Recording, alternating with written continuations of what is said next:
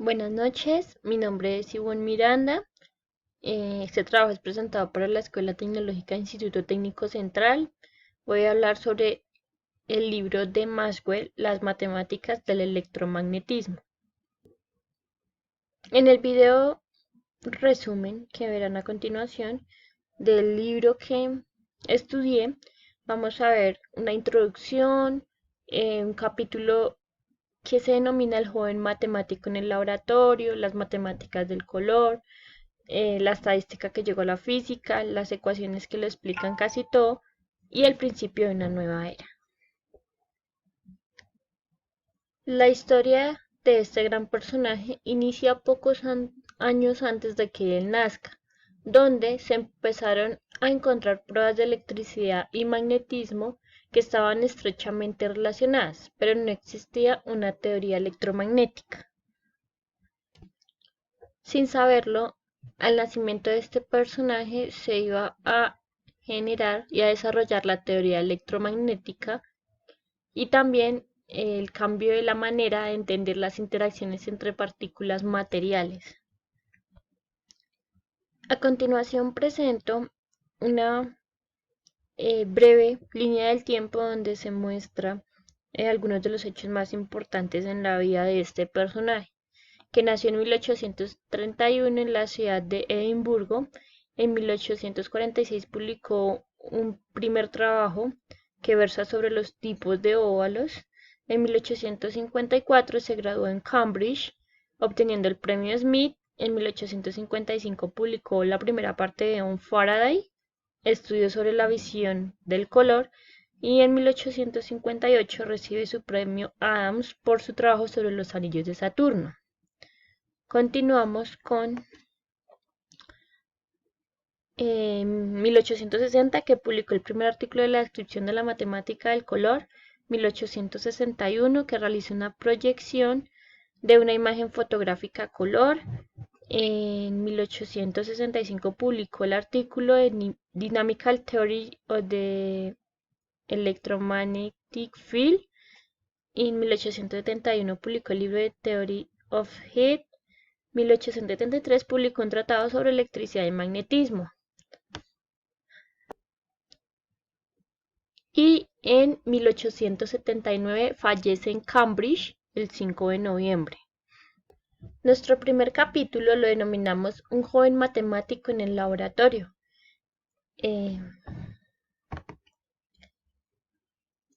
James Clerk Maxwell era un niño muy curioso que vivió gran parte de su infancia en una casa de campo.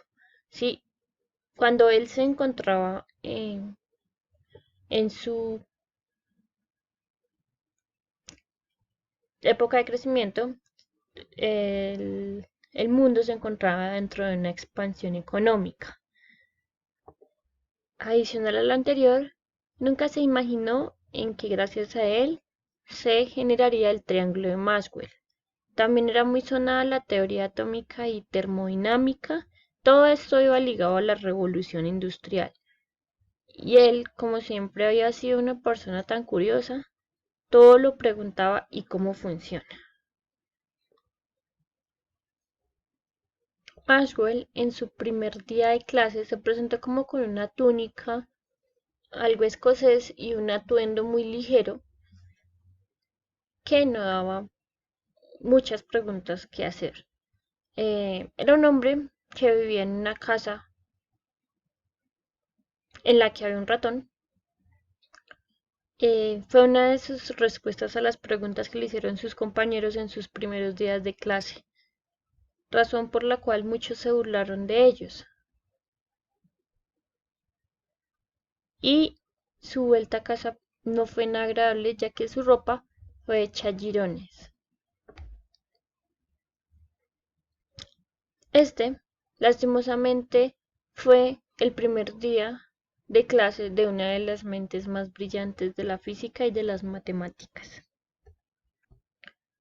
Uno de los amigos que hizo James fue Peter Jeter, que los intereses académicos de ellos dos eran muy parecidos, que sus carreras profesionales coincidieron en diferentes momentos a lo largo de sus vidas. Peter era uno de los que se encontraba como uno de los matemáticos y físicos más importantes junto a William Thomson. William Thomson fue un físico matemático e ingeniero que consiguió también el premio Smith otorgado por dicha universidad. Fue nombrado profesor de filosofía. Propuso una escala de termodinámica para la temperatura de carácter absoluto y por tanto independiente de la sustancia termométrica empleada.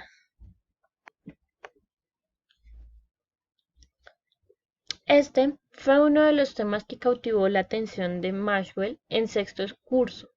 Fue el problema de cómo trazar los óvalos. A todos aquellos que entonces estudiaban curvas cónicas les enseñaban que la elipse era el lugar geométrico de todos los puntos de un plano, tales que la suma de las distancias a todos los dos puntos fijos llamados focos era constante, y matemáticamente se podría escribir como distancia 1 más distancia 2 es igual a c, representándose como una constante y de 1 más de 2 como unas distancias de cualquier punto de la elipse de los focos 1 y 2. La ilustración que presentamos en esta imagen es similar al primer trabajo de Maxwell que muestra el procedimiento de trazar diferentes tipos de óvalos. Haciendo pasar la cuerda varias veces por los focos o el lápiz, consiguió además trazar curvas que satisfacían la ecuación de n de 1 más m de 2 es igual a la constante, que la vemos aquí. Haciendo pasar varias veces por los focos o el lápiz, consiguió además trazar curvas que satisfacen la ecuación. Representamos m y n como dos números naturales. Pero tampoco se quedó ahí y generalizó este procedimiento a óvalos que tuvieran 3, 4 e incluso 5 focos. La historia de la ciencia no se limita a enumerar investigaciones que han tenido éxito, debe también narrar investigaciones fallidas y explicar por qué algunos de los hombres más capaces no consiguieron encontrar la clave del conocimiento.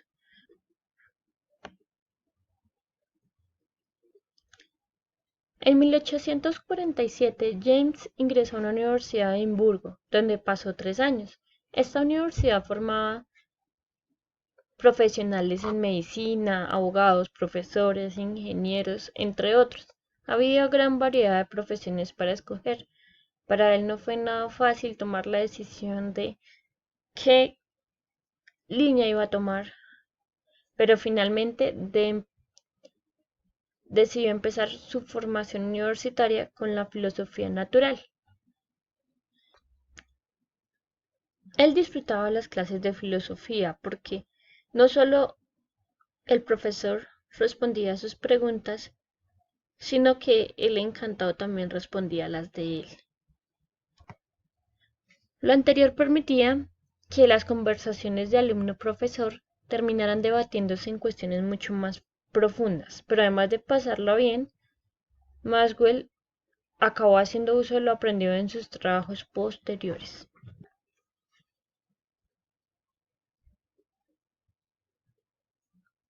Él escribió para una revista en 1879 el siguiente párrafo: si un niño tiene un talento para el estudio de la naturaleza, visitar a un científico mientras trabaja en su laboratorio puede ser un punto de inflexión en su vida.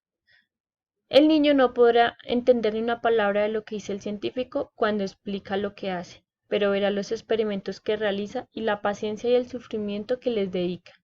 Y cuando los experimentos fallen, verá que el científico, en vez de enfadarse, busca la causa del fallo entre las condiciones experimentales.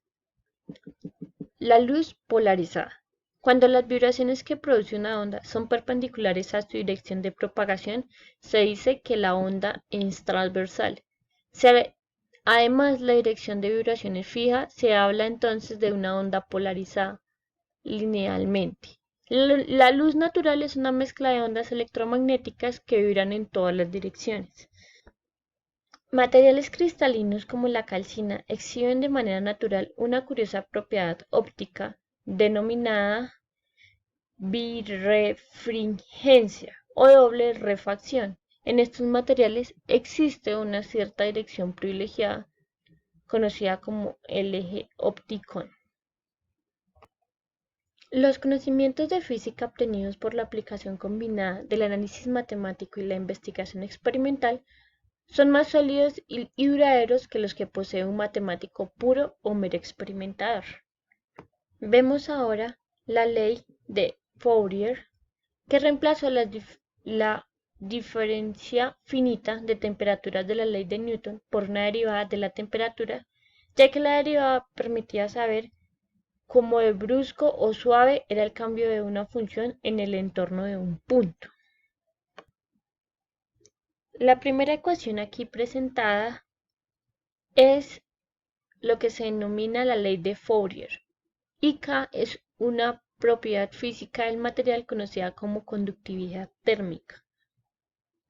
Partiendo de la hipótesis antes mencionadas, Fourier encontró que la función t en x, y, z, t describía cómo cambiaba la temperatura de un punto a otro y con el tiempo debía satisfacer la ecuación que se presenta aquí, diferencial en derivadas parciales.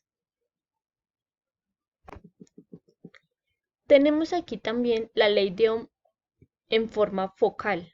La diferencia de potencial eléctrico entre dos puntos de un cable conductor es proporcional a la intensidad de la corriente que circula por él y la constante de proporcionalidad en una propiedad conocida como la resistencia, que depende de lo largo y ancho del cable. Por lo tanto, tenemos que, si el potencial eléctrico B varía solo en la dirección del eje X, el flujo de carga por unidad de área y tiempo en J viene dado por la siguiente ecuación. Hamilton trataba de extender el concepto de número complejo a más de 2 dimensiones. No pudo hacerlo con 3 dimensiones, pero sí con 4. Para ello, utilizó 3 unidades imaginarias, I, J y K, y siguiendo la analogía con números complejos, un cuaternion se podía expresar como K igual a K sub 0 más K sub 1J más K sub 2J más K sub 3K. En términos de este operador, las tres ecuaciones escalares de la ley de Fourier, correspondientes a los flujos en las tres direcciones del espacio, pueden escribirse de una manera más compacta en una sola ecuación, como lo mostramos aquí. El nacimiento del electromagnetismo. Los griegos ya sabían que algunos materiales como el ámbar eran capaces de atraer otros objetos ligeros después de ser frotados. Además, tenían constancia de las fuerzas atractivas y repulsivas que aparecían entre los trozos de la magnética. Allí aparece el concepto de operaciones con cuaterniones. Los cuaterniones se pueden sumar, como se muestran, números complejos o vectores. Para poder multiplicarlos se aplica la propiedad distributiva y los siguientes productos de unidades imaginarias diferentes, como lo mostramos acá. Las experiencias de otros científicos demostraron claramente que las corrientes eléctricas podían ser origen del electromagnetismo. De hecho, en 1822, Ampère postuló que el magnetismo de un imán estaba ocasionado por corrientes microscópicas en su interior, por lo que diferentes investigadores de la época se hicieron la pregunta inversa: ¿podría el magnetismo generar corrientes eléctricas? La respuesta afirmativa llegó en forma concluyente en 1831, el mismo año en que nació Maxwell, y en agosto Faraday comprobó con la ayuda de un galvómetro que justo al abrir o cerrar el interruptor de un circuito aparecía corriente eléctrica en un circuito cerrado que no estaba conectado a ninguna pila.